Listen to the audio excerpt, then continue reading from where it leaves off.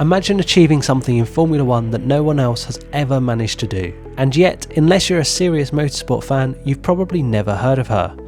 Lella Lombardi remains the only woman in Formula 1 history to score a World Championship point.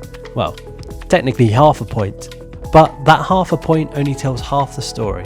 This is the tale of the remarkable woman who spent her entire life proving that racing talent does not care what gender you are. Lella Lombardi was born in 1941 in northern Italy. Early in life, she helped out with her family's butcher business and reportedly drove delivery vans around the local area, which, in fairness, is probably pretty good preparation for racing when you consider the Italian traffic. From there, she saved up money and entered local karting and junior racing competitions. She eventually stepped into Italy's lower formulas, the likes of Formula Monza, Formula 850 and Formula 3. As a female in Italy, it was a pretty unusual decision to go into motorsport, and initially her father didn't really understand why she would want to do so. But then as Lella started to have some success in these lower formulas, his opinion gradually started to change. Lella's time in those early formula were similar to what many drivers experience. It was the unglamorous side of motorsport that nobody writes films about. The tiny budgets, the constant breakdowns, the long drives. She was regularly driving enormous distances across Europe herself just to reach races, which reflects on how underfunded many drivers were in this era. But this graft did pay off, and it proved that she was genuinely talented. For example, she won the Formula 850 Championship in 1970, and it's worth noting that she wasn't competing in any specific women categories, she was competing directly against men, and she was doing well because she was talented and quick. Nobody was handing Lombardi these opportunities just because she was making history, and one anecdote that appears repeatedly in profiles from the era is that rival drivers stopped treating her as quote-unquote the woman driver very quickly once they realised what she was capable of.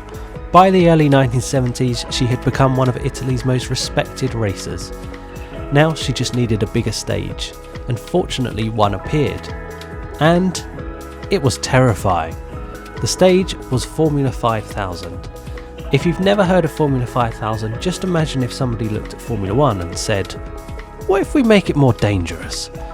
Massive V8 engines, huge power, minimal safety.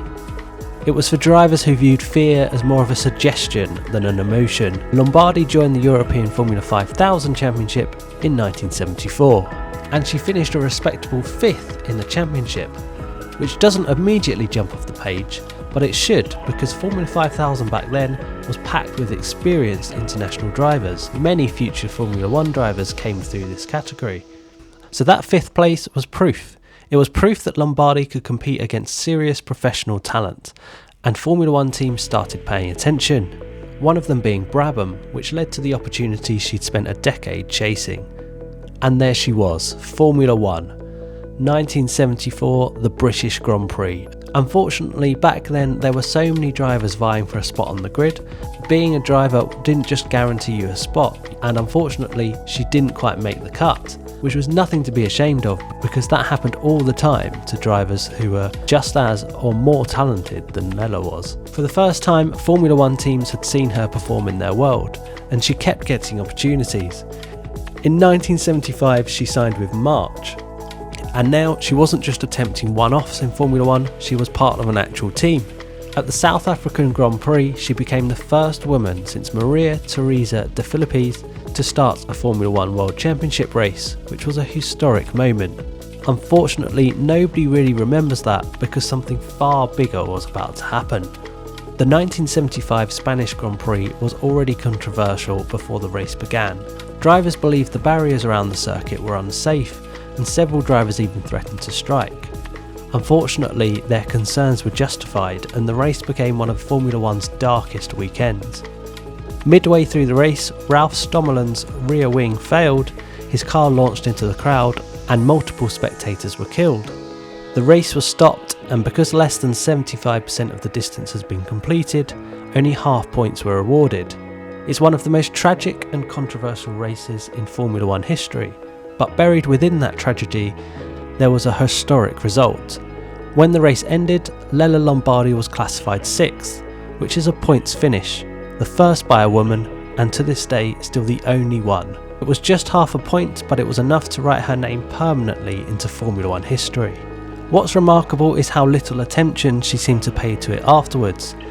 Many drivers would have built an entire identity around that achievement, but Lombardi just kept on racing.